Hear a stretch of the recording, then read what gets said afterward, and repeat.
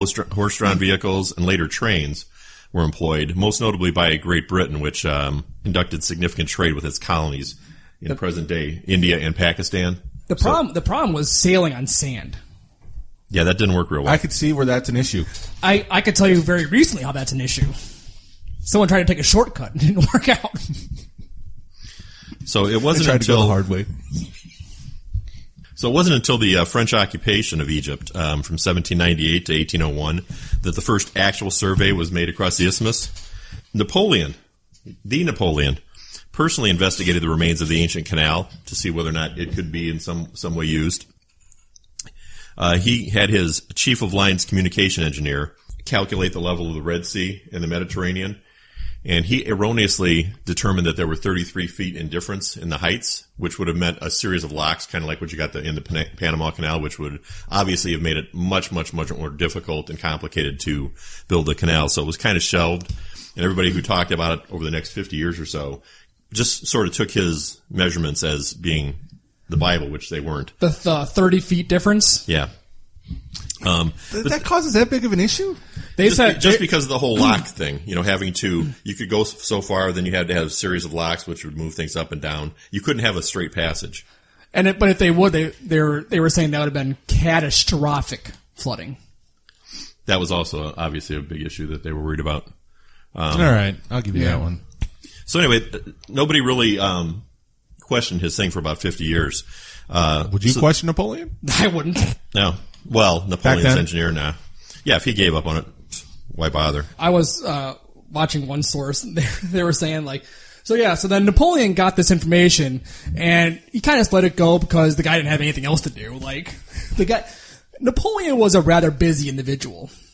Yeah, he had a lot going on. If someone said it's not going to work. Okay, cool. I got other things that I got to take care of. Yeah, so it was in the 1830s that a French explorer and engineer by the name of Linnet de Bellefonds, who specialized in Egypt, performed a survey of the Isthmus of Suez, and he actually confirmed that the Mediterranean Sea and Red Sea were virtually at the same levels. Yeah. A year after Napoleon died. When did he die? In 1829? Okay. That's when I want to... Damn, I was like, dude, you're good. That's savage. So by the 1850s, seeing an opportunity for Egypt and the Ottoman Empire, which governed the country at that time, France was granted permission to create a company to construct a canal. That company would eventually become known as the Suez Canal Company. And that's lame. Who's the marketing person? I agree. Lame. You don't like that? No. Everybody knows what the Suez Canal is, though. We're the Suez Canal Project Team. What's your name? Suez Canal Project Team. What's your company name? The Project Team. Lame. I do agree. Vinny Everjoy's Bill and Teddy's going to go back as a marketing. Okay, let's see what we can do about the name of this. Forget about changing the history. We just need to change the name. It'll sell better. Actually, for the first 2 years, it didn't get a lot of use, so that's probably what it was. It's all in the marketing.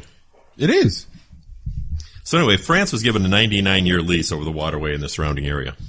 The French diplomat in charge's first action was to create maybe you'll like this better, the International Commission for the Piercing of the Isthmus of Suez. Oh, that's good stuff. ICPS? Yeah, I was going to say, you can't put that on a sign. ICPIS. Huh? ICPIS. Icy piss? Either way, I think this is all gold. I say they go for it. Is that like ICUP? Yeah, kind of. Or like ICUP? Or IP Daily? It's bad. Sorry, go ahead. So the ICPIS was made up of 13 experts from 7 countries who effectively built upon the work of Bellefonds in his original survey of the region and took a leading role in developing the architectural plans for the poorly named Suez Canal. The Commission's final report was completed in 1856, and 2 years later, the Suez Canal Company was formally established. Let's not get it misinterpreted here. I have no problem calling it the Suez Canal. It's in the geographical location. It actually touches. We're fine. To call your company the Suez Canal Company, that's the easy way out. They probably should have used the Panama Canal Company. That's the lame way. That would have been interesting. That's confusing. That's why I like it.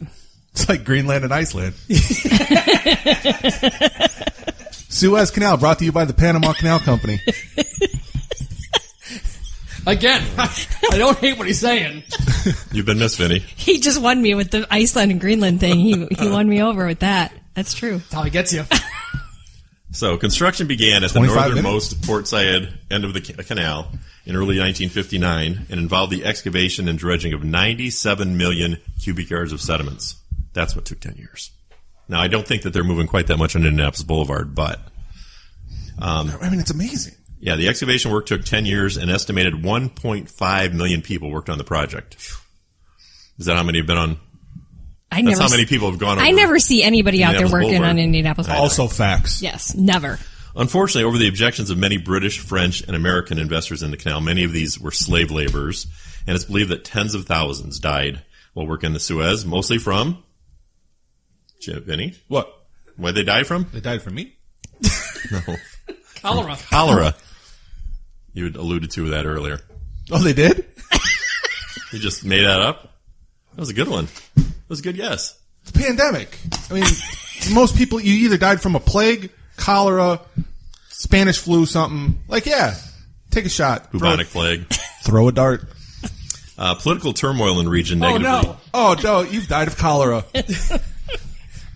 Oh, crap. Hoof to the head. Oh, shit, giant lizards. And then, okay. So political turmoil in the region negatively impacted construction. Egypt was ruled by Britain and France at the time, both. And there were several rebellions against colonial rule. This was at a time when a lot of people didn't really like the whole idea of being an imperial state or being run by one. Coupled with the limitations of construction technology at the time, which obviously has advanced immensely in certain parts of the world, caused the total cost of the building of the canal to balloon to $100 million, which, to the surprise of nobody, was only double of the original estimate. I mean, I think these days we'd be happy. With all the technology improvements we've made, with all the scheduling programs, project managers, stuff like that, we still can't do things within budget. So wait, we had 30,000 people out there with shovels, and it only cost $100 million. 1.5 million people worked on it. That's the estimate. Over 10 years, though, right? Yeah. Yeah, 150,000 a year. That's nothing. Then you lose a third. So, all right. 120,000 a year with shovels. Sorry. That's okay. So the canal was formally opened on November 17th, 1869. Did you read anything about the first ship to cross? I did not. Officially, the first ship to navigate the canal was the imperial yacht of the French Empress Eugenie, followed by a British ocean liner, Delta. However, the HMS Newport, a British Navy ship, was actually the first to enter the waterway when its captain, having navigated to the front of the line under the cover of darkness the night before the ceremonial opening. What? Sneaky. Yeah, he was officially reprimanded. But he was also behind the back, patted on the back, going, nice job, because he had done it for Britain. What a guy. They were privately very pleased with him. Everyone in the world now knows your success. What was his name? He probably ranked up, too, at that. Yeah, what was his name? His name was George Nares. Yes, Nares. the household name of George Nares, known all across the world for his accomplishments in the Suez Canal. It's Georgie Big Nose. Nares? Get it?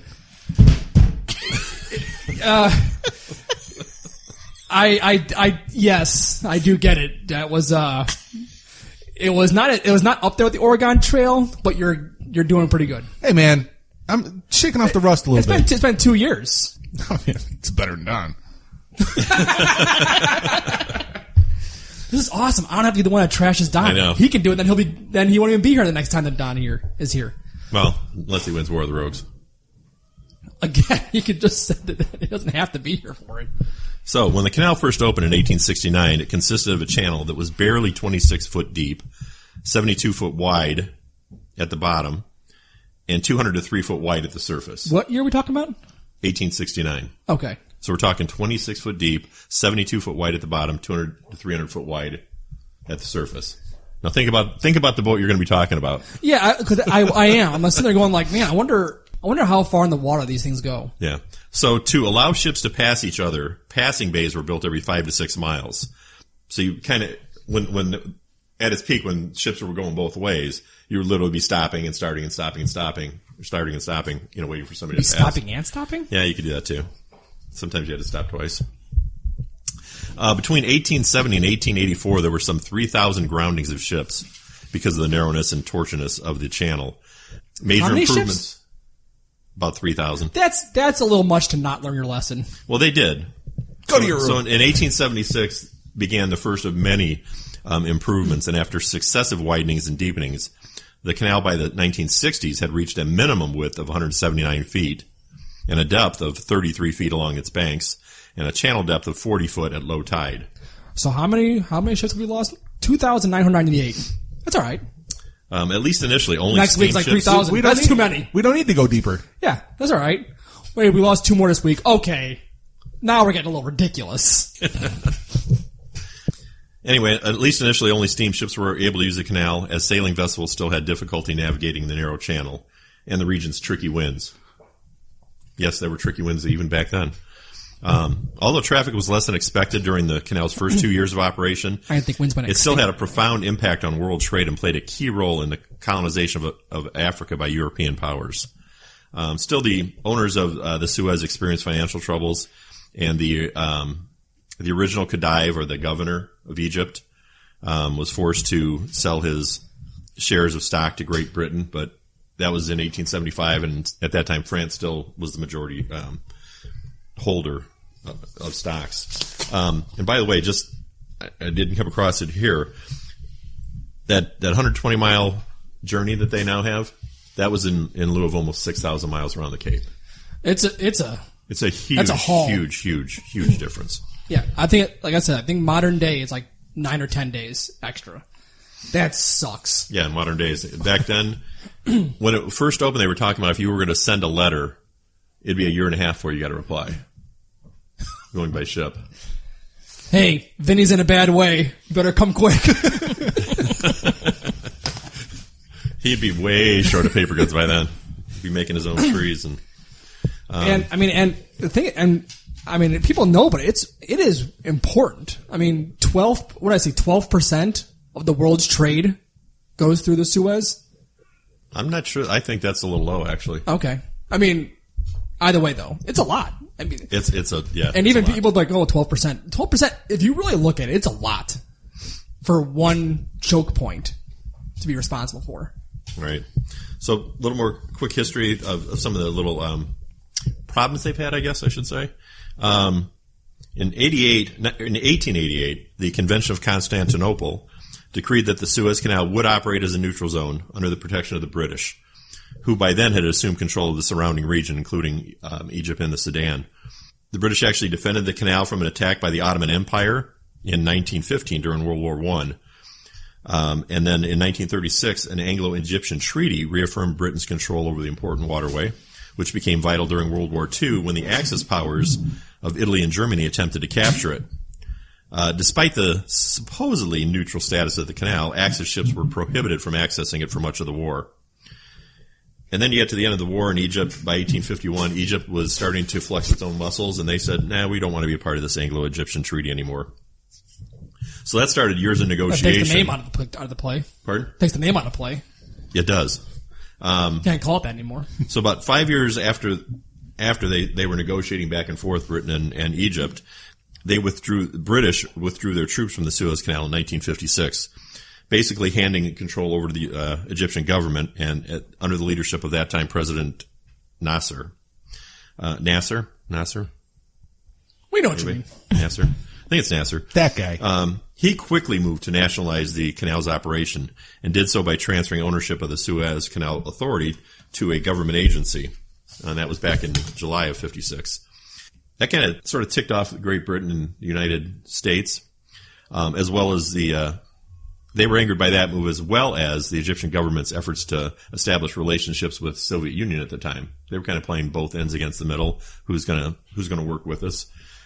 So the United States and Great Britain initially withdrew their proposed or promised financial support of planned improvements to the Suez, including the construction of the Aswan Dam. However, they, along with the other European powers, were further enraged by Nasser's government decision to close the Straits of Tiran, which is a body of water linking Israel with the Red Sea to all Israeli ships. So this was, I wouldn't say the start of it, but this was ratcheting up some tensions between Israel and the Arab nations. In response, in October of 56, troops from Britain, France, and Israel threatened to invade Egypt, leading to the so-called Suez Crisis. Fearing an escalation in the crisis, the